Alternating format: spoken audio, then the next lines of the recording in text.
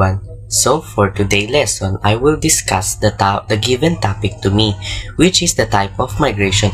But before we proceed, I just want to add or to tackle the difference of migrations versus immigrations. First, we proceed to immigrations. So immigrations refers to the act of moving into a new country. Is an immigrant in someone who has moved to a new country to live there. Immigrants means to live in a country that is not your country.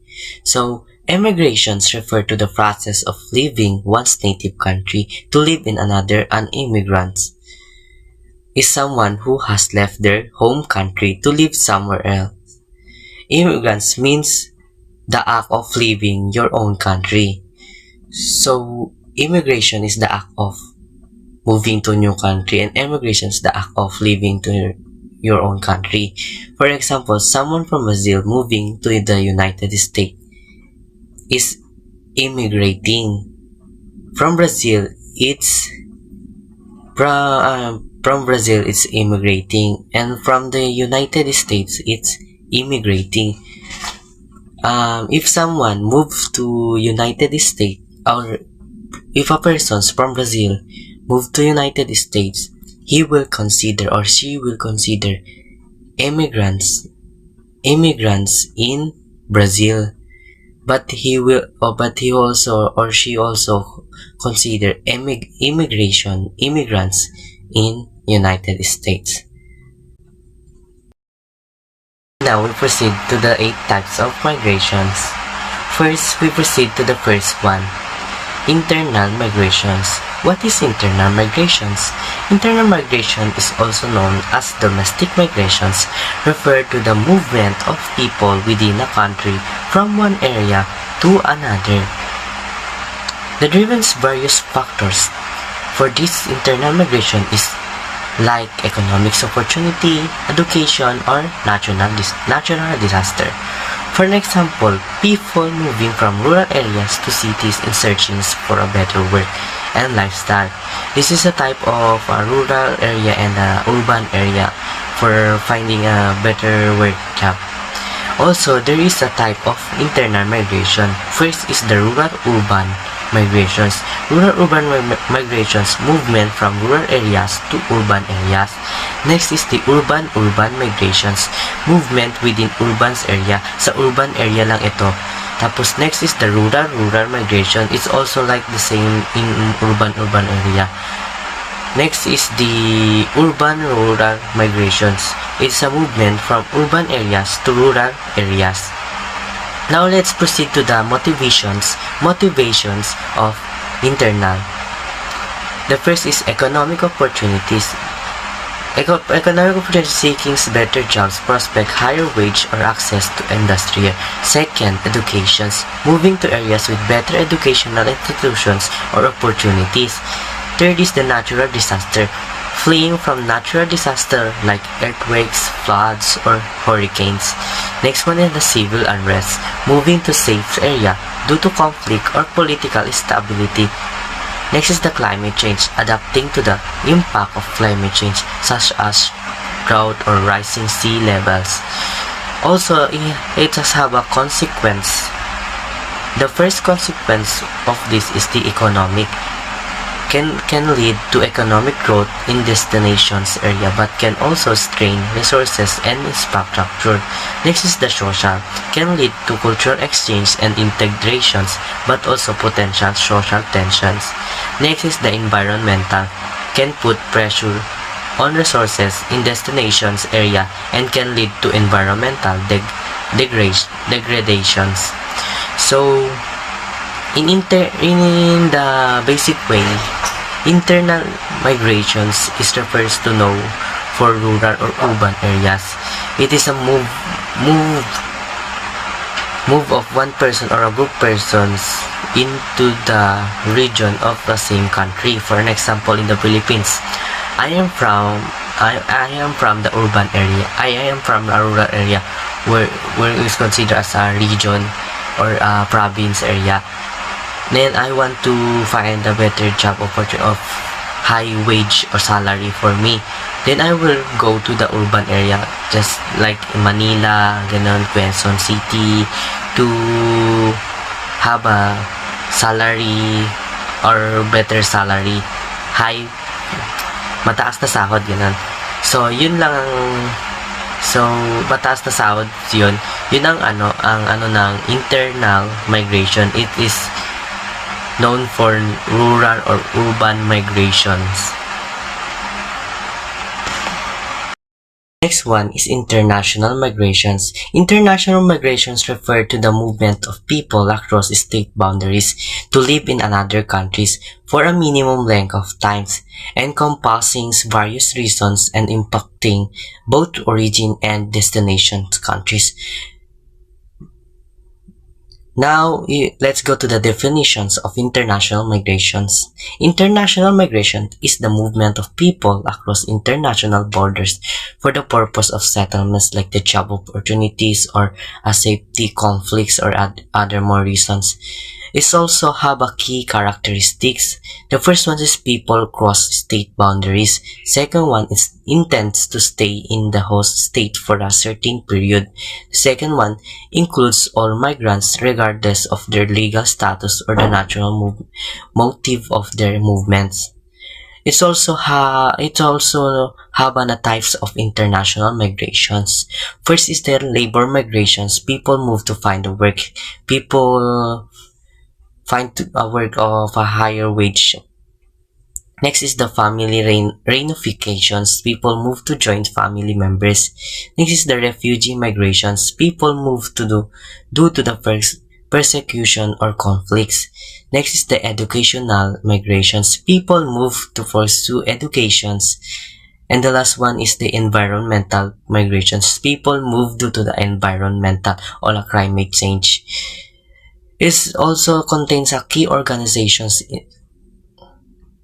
The first one is International Organizations for Migrations, a United Nations related organizations working in the field of migrations. United Nations Population Division on DISA collect and analyzes data on international migrations. Migrations Data Portal provides data and analysis on international migrations. There is a type of reason why people go to other countries or being part of migrating. First one is the economic opportunities. It is seeking better jobs, wage, or economic conditions. Next one is the family reunifications, joining family members who have already migrated, political stability, or conflict fleeing, persecutions, war, or political unrest. Next is educations, pursuing higher educations or specialized training, environmental factors, displaced by natural disaster or environmental degradations. It is international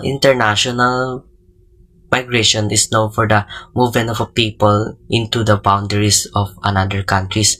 It has many reasons to The example for this one is the happening right now in Syria, the continuous of war, conflicts. They are considered as international migration because they are crossing to the boundaries of another countries para maiwas sila sa gulo o sa giyera na nangyayari sa kanilang bansa. Next one is international migrations. International migrations refer to the movement of people across state boundaries to live in another countries for a minimum length of times, encompassing various reasons and impacting both origin and destination countries.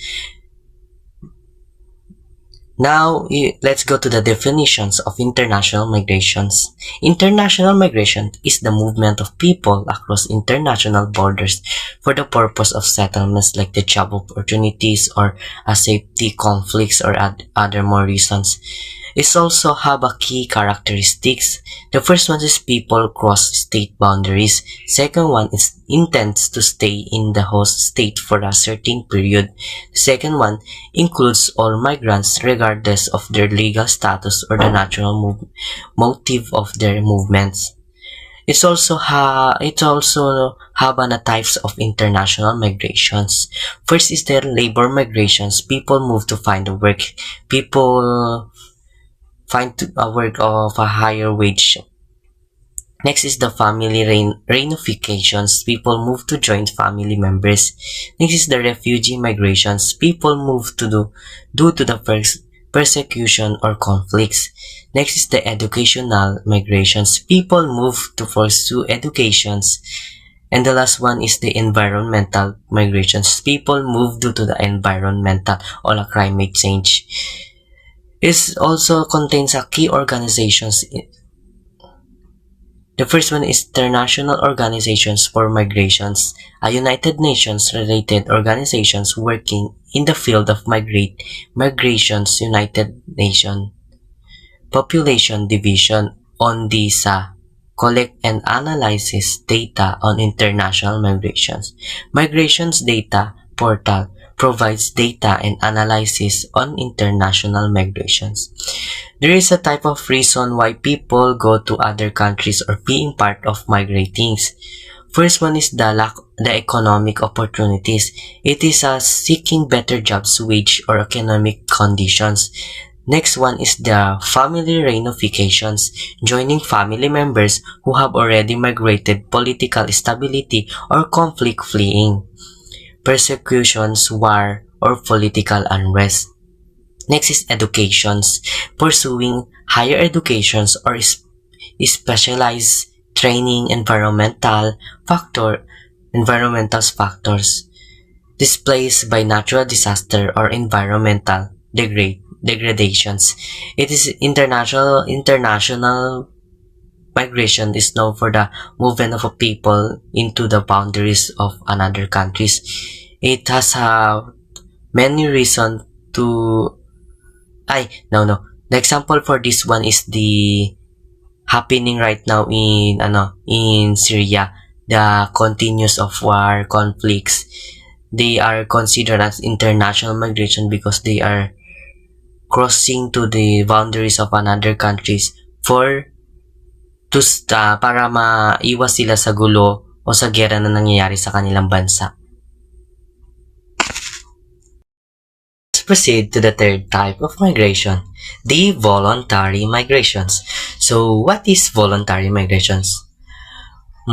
Voluntary migrations is the movement of people from one place to another based on their own free will and initiative, typically driven by economics, social, or personal factors rather than coercions, or force.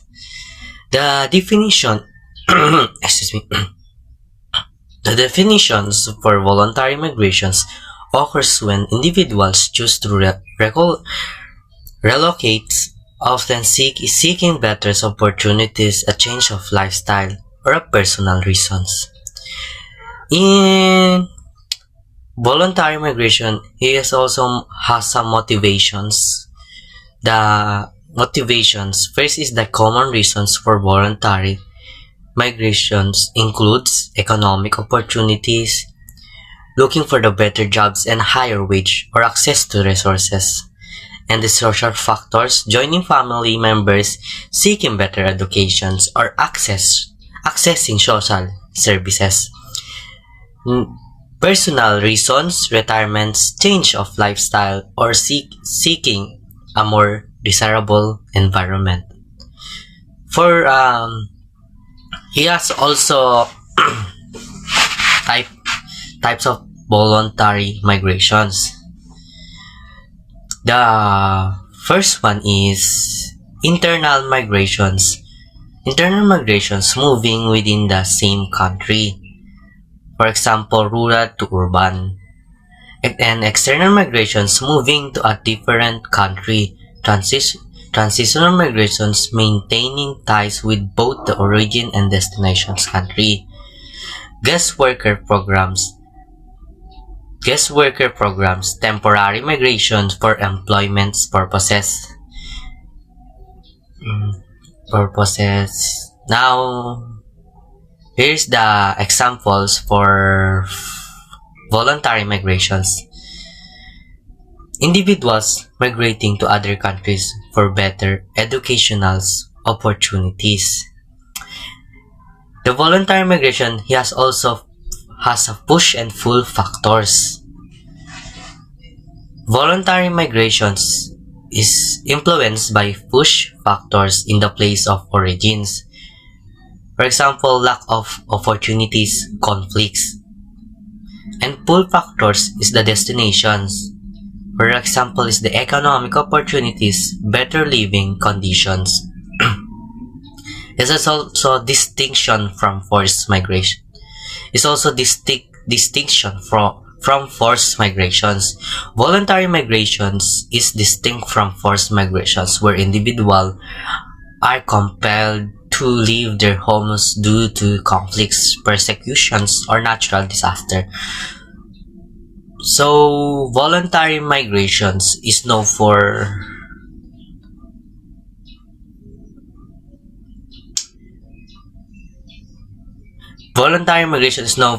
the movement of people based on their own will, or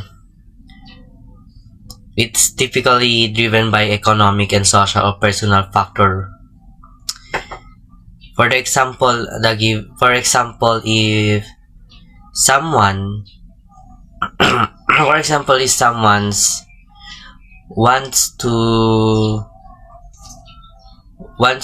parang gusto niya magtrabaho sa ibang bansa because of the lack of salary in her own country, or mababang sahod sa kanyang bansa. Sa sarili ay pwede siyang pumunta sa ibang bansa para magtrabaho based on her own will.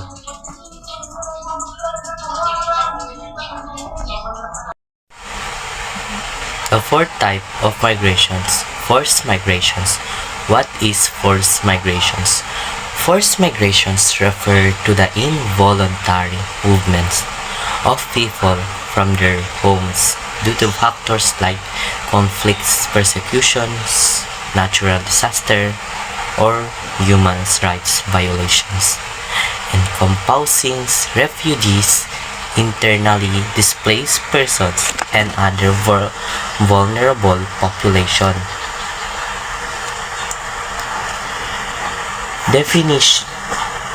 Definitions for forced migrations, also known as forced displacements,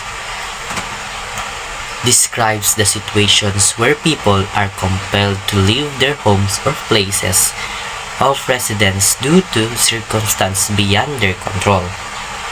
The causes of these forced migrations is the conflicts and persecutions, war, political instability, and human rights abuses can force people to flee their homes. The second one is the natural disaster. Earthquakes, floods, droughts, and other natural disasters can lead to widespread displacement. Next is the human rights violations. Persecution based on ethnicity, religion, or political affiliations can force people to leave their homes. Climate change. The effects of climate change, such as rising sea level and extreme weather events, can lead to forced migrations.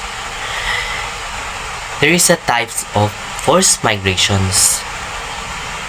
First is the refugees, individuals who have been forced to leave their country due to persecutions, war, or violence, and who are seeking asylum in other country. The next is asylum seeker, individuals who have fled their countries and areas seeking protections in another country but whose claim for asylum has not yet been determined. Next is returnees. People have been forced to leave their home but are returning to their country of origins. Victims of human trafficking, individuals who have been forced or coerced into migrations, often for exploitations. For the best example for this is the war that happened in Syria. The Syria civil war has led to a massive refugee crisis with millions of people fleeing the countries of the boundaries of their countries. The consequence for this is the forced migrations can have significant consequences for both the migrants themselves and the host community, including for migrants loss of homes, livelihood, and social trauma and psychological distress, and increase of vulnerability to exploitations and abuse for host communities, strains on resources, potential social tension, and economic challenge. The fifth type of migrations, labor migrations. So what is labor migrations? Labor migrations, or the movement of people from the country to another for employment, is a global phenomenon with a significant economic and social impacts on both sending and receiving countries. The definition for the labor migrations involves individuals moving from their home countries to another for the purpose of employment or job opportunities. Why it happens? Economics opportunities. People migrate in search of better employments, prospect higher wage and improved living standard. Economics hardship and geopolitical crisis. This can lead to a lack of decent work in the home country, driven by migrations. Aging populations and declining labor force. In some economics, these factors contribute to the growing mobility of workers.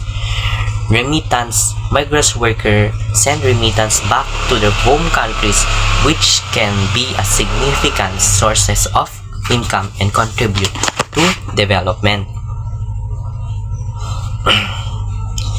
The impact of sendings to the other countries. Economics. First, the economics. Remittance can boost the economic, but migrants can also lead to a brain drain of skilled work. Next is social migration can lead to change in family structures and community dynamics. And the receiving countries is the migrants worker can fill labor shortage, contribute to economic growth, and boost the economy through their consumptions and taxes. Social migration can lead to cultural diversity and integration challenge.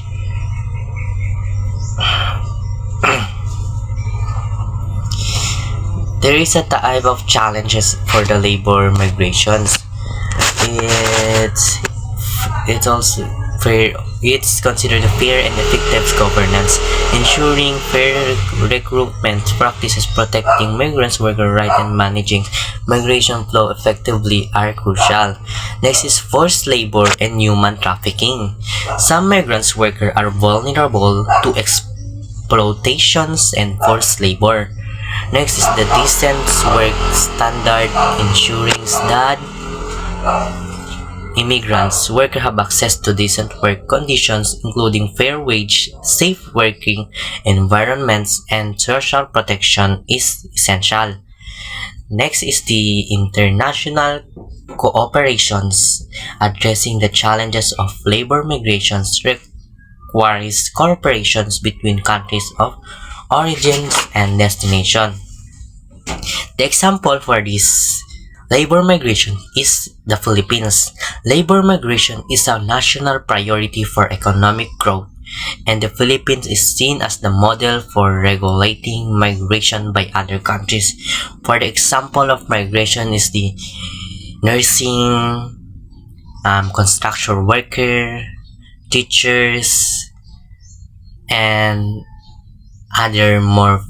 Philippines has been the best one for this example because we are know that the Philippines is known for has the parang mas maano silang magsalita ng English dahil na rin sa kagalingan nila magsalita ng English. Sila madalas sa Pilipinas sila kumukuha ng mga trabahador seeking for employer to go to their country for lack of kakulangan sila ng mga trabahador, kakulangan ng nurse, like that. The sixth type of migration, seasonal migration. What is seasonal migration? Seasonal migrations refer to the periodic movement of people or animals from a region to another, typically driven by seasonal change in climate resources, availability, or labor opportunity. Definitions: it involves people moving from one area to another area for a specific seasons, often for work or to escape harsh weather conditions. Example, agricultural workers moving to harvest crops during specific seasons. The motivation for this is the economic, seeking employment or higher wage during certain seasons. Climate change, escaping extreme weather conditions like cold winter or heat waves. Resources availability following seasonal change in food sources or other resources. The best definition for this seasonal migration is the agricultural workers or the agricultural mga farmer na nagtatrabaho sa ibang bansa, but they are migrating to other country based on the season of that country. For an example, if the country is facing cold weather, they will proceed to the other country to do the harvest or do the harvest in that country. Sabi nga sa example is the agricultural workers move to another country to the harvest seasons. Because na rin sa climate change na nangyayari ngayon sa atin, that is the seasonal migrations. The second to the last type of migration is circular migrations. What is circular migrations? Circular migration is the temporary and repetitive movement of migrants workers between their home and host area, often for employment purposes, presenting a common pattern of population mobility. Definition for this is also known as repeat migrations. It involves the repeated movement of individuals between two or more countries, typical for work, with the migrants returning to their home country after a period of time. For the example of this includes seasonal migration, such as agricultural workers moving to different regions during harvest seasons or temporary foreign workers programs. The benefits for this is they can offer benefits to migrants, including opportunities for higher earning, skill developments, and improving living standards. It's also have a benefits for the origin country or your own countries. It can benefits from remittances sent by migrants and the returns of skilled workers. Also has a benefits for destinations countries. It can benefit from flexible workforce and the filing of labor shortage. For the challenges of these migrations, however, circular migrations can also present challenges such as a brain drain, loss of skilled worker to other countries, poor working conditions, and the potential for exploitations of migrants workers. The last type of migrations, return migrations, the most common type of migration. So what is it? Return migration is in the context of migration studies refer to the movement of individuals or families back to their countries of origins after having migrated to another country. This can be a permanent or temporary return, and it is often driven by various factors including family reunifications, better job opportunities, or a desire to spend the final year in their homelands. The definitions for returns migration is the act of returning to their countries of origin after having lived and worked in another country. The motivations people may choose to return for a variety of reasons, including family reunion or reunification, seeking to be closer to family members who remain in their home countries.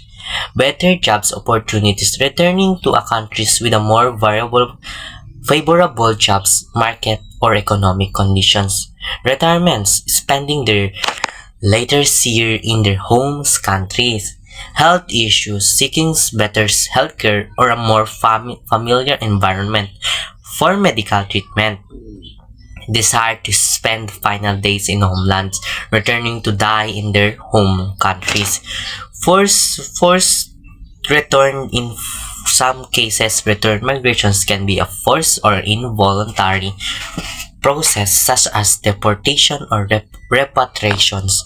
There is a type of migrations. First is the permanent returns. Migrations return with the intentions of settling permanent in their countries of origin. Permanent, the word permanent, you are not, hindi ka na babalik sa trabaho mo. Next is the temporary returns. Migrants return for a specific period such as for a visit or to seek employment with the intentions of eventually returning to their host countries. For example, uwi ka sa mga OFW, uwi ka, pero about the time, babalik ka rin para magtrabaho. Next is the circular migrations. Migration may engage in a pattern of temporary migration and return, working abroad for a period and then returning to their home country for a period before returning to work abroad again. Parang may limit lang yan. After a month, you're going back to the abroad. After your contract, babalik ka sa Pilipinas. After a month, babalik ka ulit sa ganun.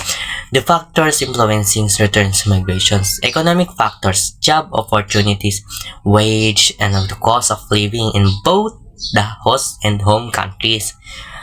The next one is social factors, family, cultural identity, and social network in both the host and home countries.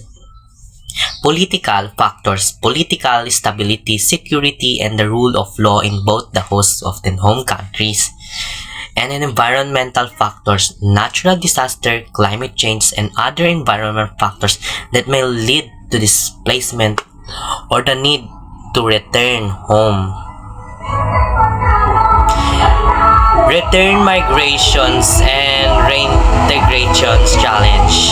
Return migration may face challenges in reintegrating into their home countries, including economic challenge, difficulty finding employment, accessing social service, and adapting to a different economic systems.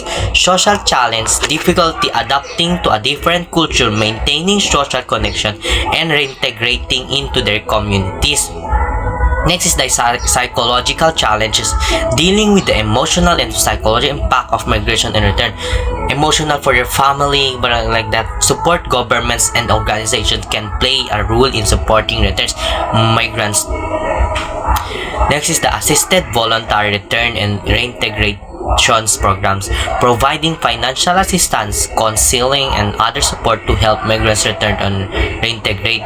Next is the information and the awareness campaigns, educating migrants and their community about the opportunities and challenges of return migrations. Community-based reintegrations programs supporting return migrants through local network and organizations. The benefits of return migrations for migrants. Return migration may benefit from returning to their home's country by reconnecting with family and culture, spending time with loved ones, and maintaining their cultural identity. Next is the accessing social supports, network reconnecting with friends, family, and community members. Utilizing skills and knowledge gains abroad, applying their skill and knowledge to contribute to the development of their home countries. For home countries returns, migrants may contribute to the development of their home countries by transferring remittance, sending money back to their home countries, which can help support family and contribute to the economic developments. Bringing new skill and knowledge, sharing their experience and skill with their home countries, which can help innovations and economic growth, fostering entrepreneurship, starting businesses, and creating jobs in their home countries. So this is the last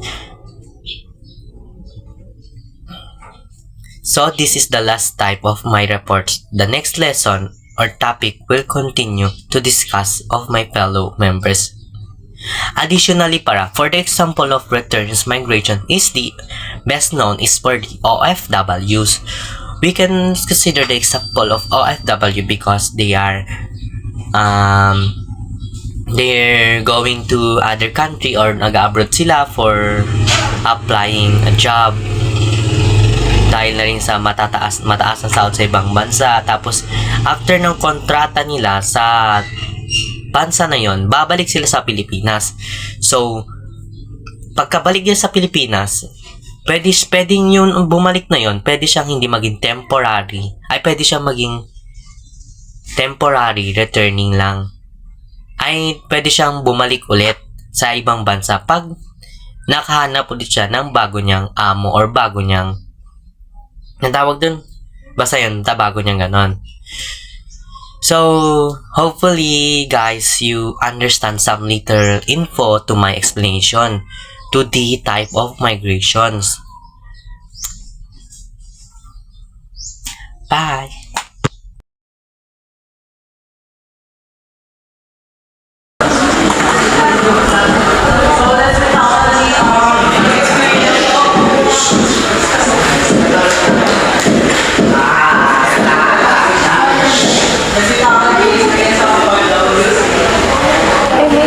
Pahiram na ako ng tumbler. Number one, separation from family. Kasi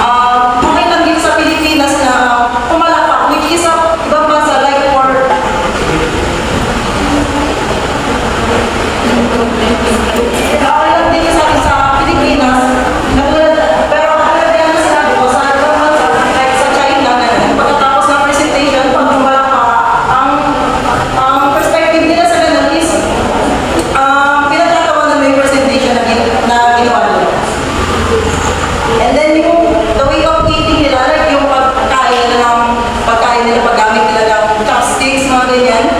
Sa ating mga Pilipino is, we use our bare hands to eat, like for example, the pagkain budol bite. Ganyan. Sino ba naman magkukutsara, mag-chopstick, mag-budol bite, di ba? Tama? The next one is the chemical sensitive economy. 10% of GDP or gross domestic product was coming from remittances, which is the second largest export from the Philippines. It is way back 2021 was remittances. Kasi 35 billion US dollars or 1.95 billion pesos is ganun kalaking pera ang pinapadala from abroad to Philippines, which is 10 to 15 times na mas malaki yun kaysa sa nakikita ng isang kabuang pamilya dito sa Pilipinas.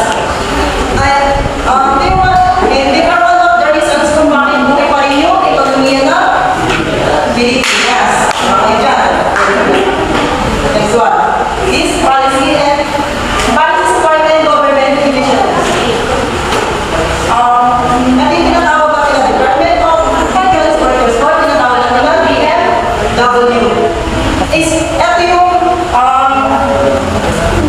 gabok ito sa Duterte.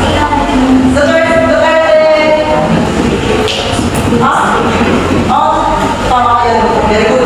At gabok ito sa Duterte administration. Ang tungkol nito is gampanan yung pagkulang na OEA, which is OEA, Philippine Overseas Employment Administration. Ang kinakontrol nito yung flow ng recruitment or employment ng mga OFWs natin sa ibang bansa. And then the OWA, Overseas Workers Welfare Administration. Ito naman yung nagbibigay ng social benefits, cash assistance, and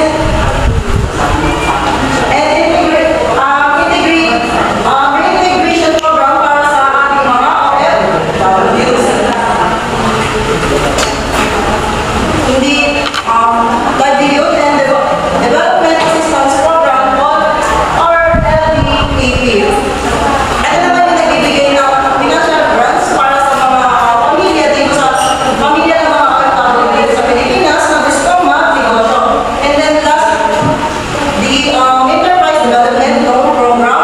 Ito naman yung makikita nyo sa pangalan is loan. Ito yung nagbibigay na or nag-aalok ng pangutang sa pamilya ng mga Pilipino kung gusto nila na magkaroon ng negosyo. Yun lang.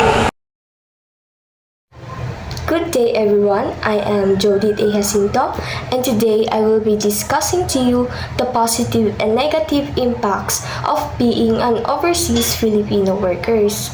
So I know some of you can relate in this topic kasi alam ko na meron kayong mga kapamilya or relatives or kakilala na isang OFW. So alam ko rin naman na may background knowledge na rin kayo regarding sa positive and negative impacts nito kasi parang basic knowledge na lang ito. Pero other than that, I will still be discussing this because this is my assigned topic. So let's get started and let's see if worth it nga ba maging isang OFW worker.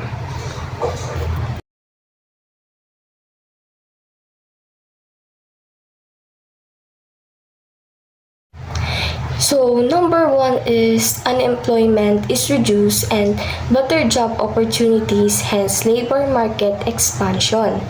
So, dito naman is we are aware naman na mas madami talagang opportunities abroad and mas mataas ang salary.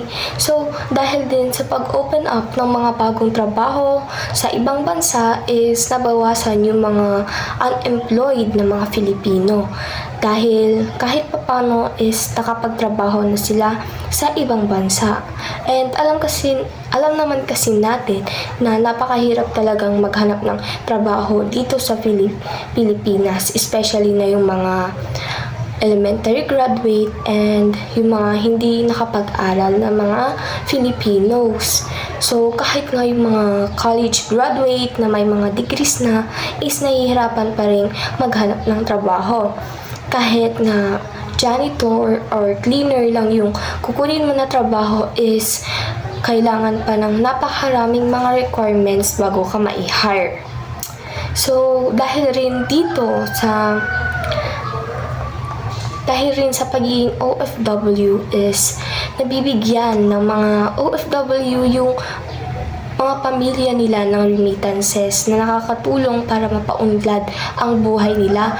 And hindi lang ito sa kanila napupunta dahil kahit ang Pilipinas is nagkakaroon ng positive impact dahil mas nagiging balanse ang ekonomiya ng Pilipinas dahil sa mga OFW workers.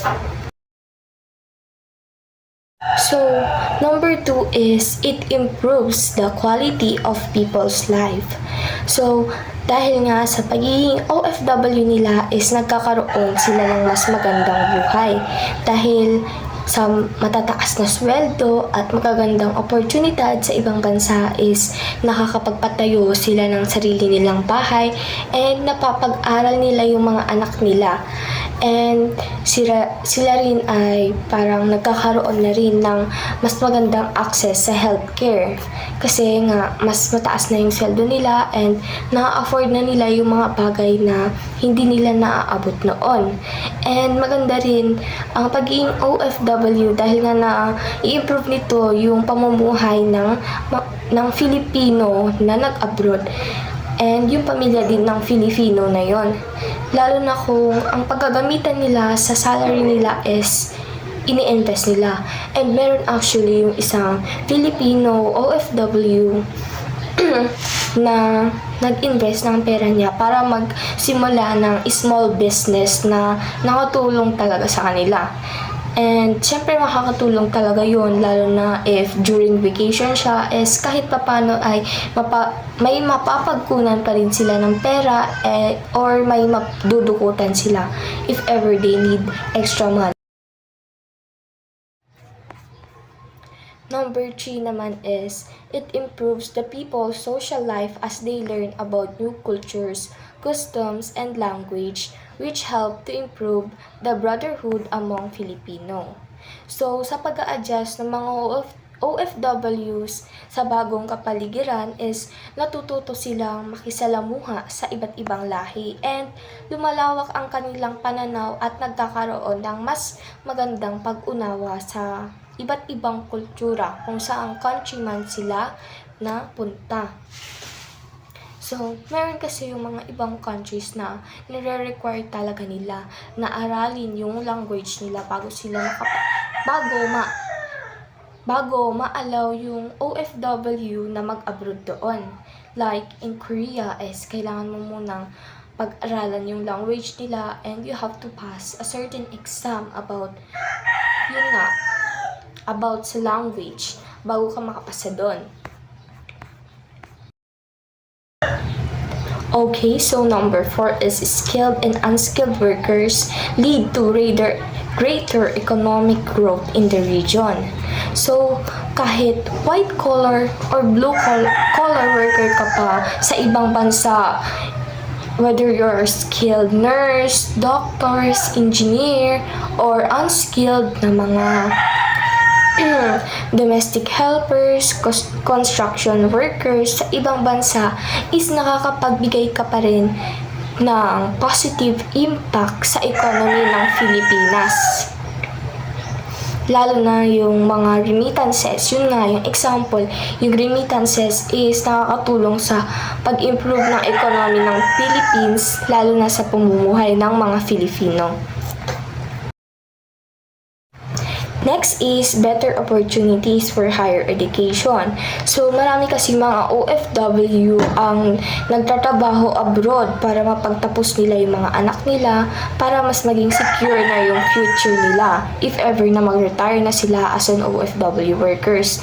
And this is a positive impact kasi pag napag-aral nila yung anak nila sa mas suitable na environment is magiging positive impact talaga ito kasi that child na pinapaaral ng isang OFW na parent may have great contributions here in the Philippines.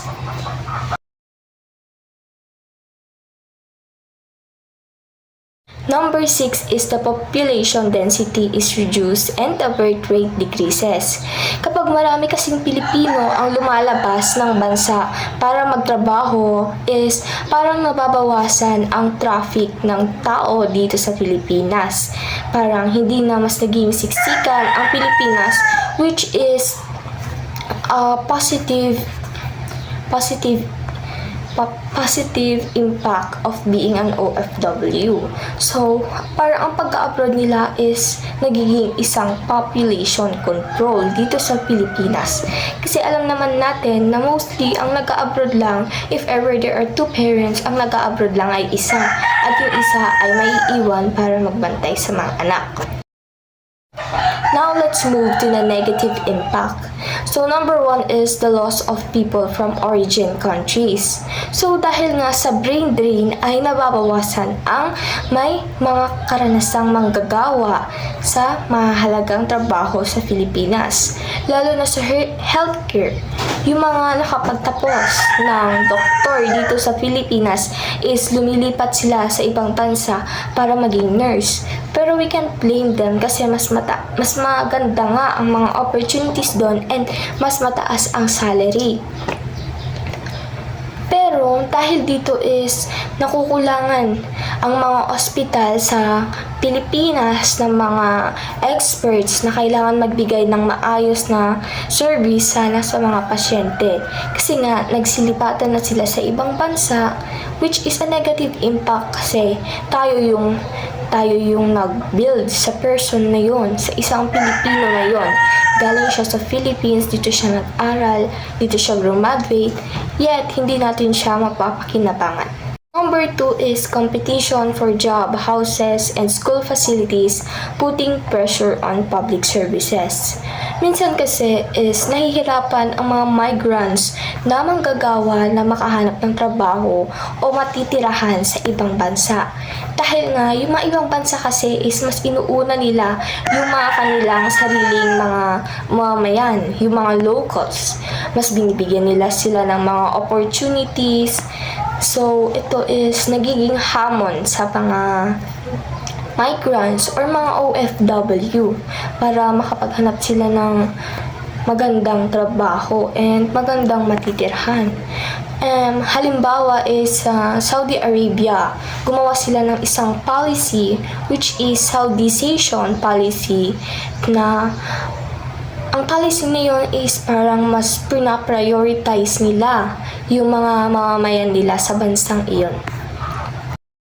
Number 3 naman is large population. So, habang nababawasan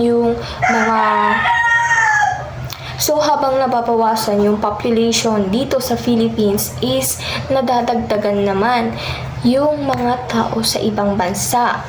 Yung mga OFW is parang dumadagdag sila sa population ng ibang bansa na pinagtatrabahuan nila.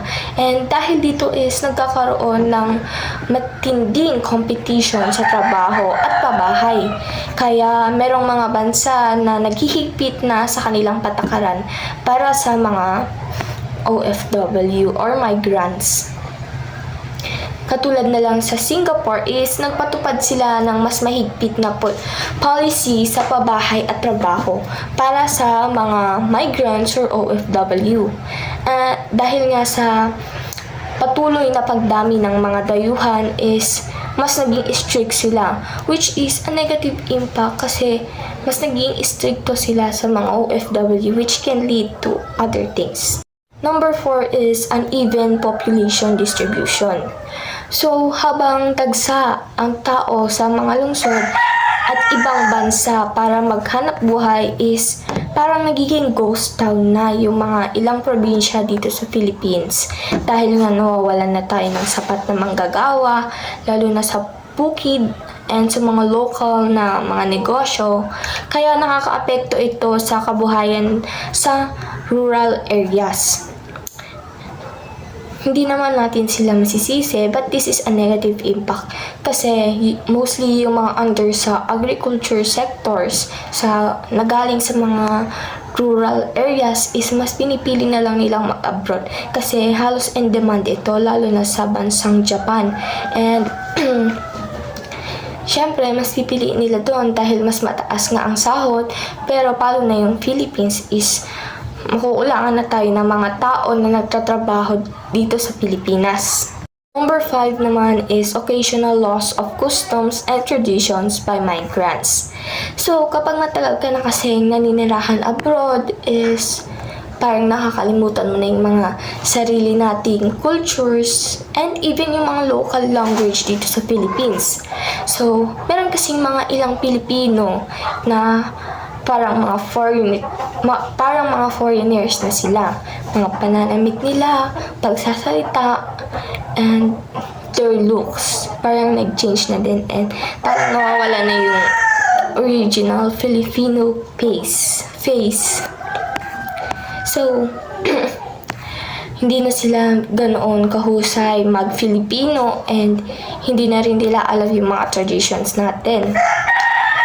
So, marami kasing mga anak ng OFWs na lumaki sa ibang bansa and hirap silang magsalita ng Filipino at hindi rin sila familiar sa mga culture ng mga Filipino kasi mas nasanay sila doon kasi doon nga sila pinanganak sa ibang bansa and some Filipinos kasi pag doon na pinanganak is parang English na talaga ang diretso nilang ituturo doon sa bata.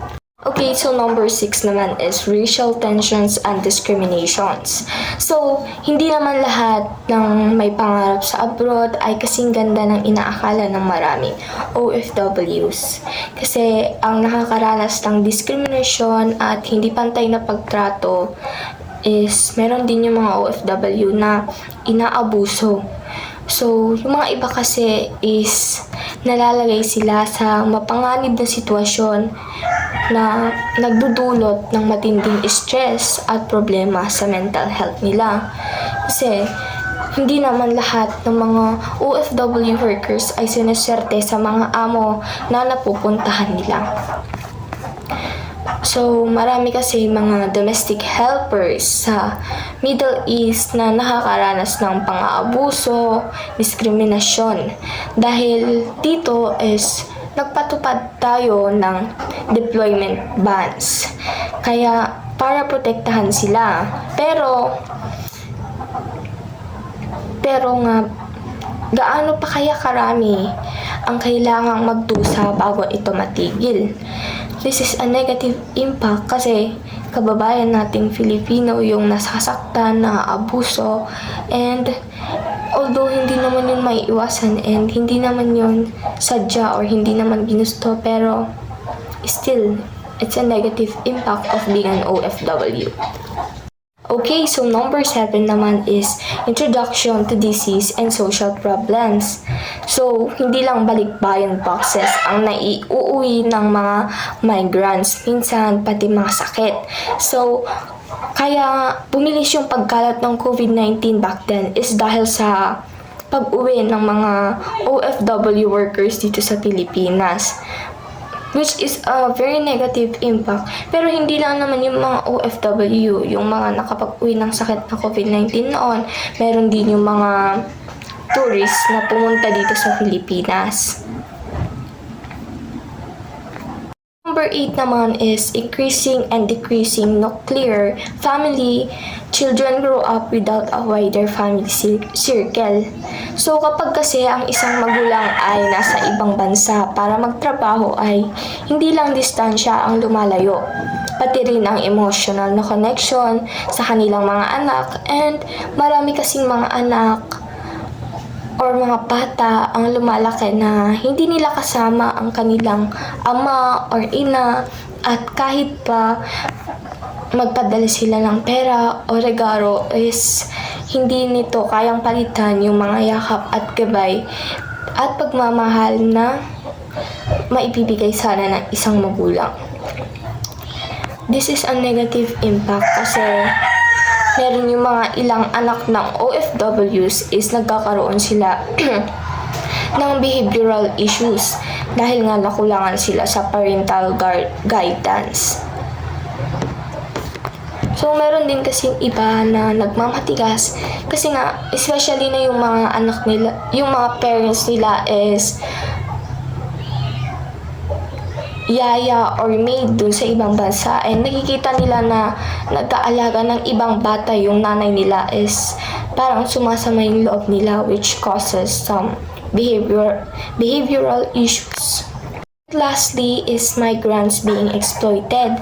So marami kasing mga OFW ang nagtitiis sa hirap ng trabaho sa ibang bansa. Ngunit, ang mas masakit is may ilan sa kanila na nalalagay sa mapanganib na sitwasyon. And ang ilan ay nagtatrabaho sa hindi makataong kondisyon. Sobrang haba ng oras ng trabaho, kulang sa pahinga, at iba pang nakakaranas ng pagmamaltrato. So, may iba kasing mga OFW workers na inaabuso and sadly hindi na sila nakakauwi kasi hindi lang naman ito yung mga cases na abuse lang. There are also some cases na pinapatay yung OFW workers. So, isa sa mga pinakamalupit na kaso is yung sinapit ni Joanna Demafilis, isang Pilipina na domestic worker sa Kuwait na natagpuan na patay sa isang freezer matapos umanong abusuhin ito ng kanyang amo. So, dahil sa incident na to is madaming mga natakot ng mga OFW workers and of course yung government din ng Pilipinas. Which this is a negative impact kasi hindi natin naprotektahan yung fellow Filipino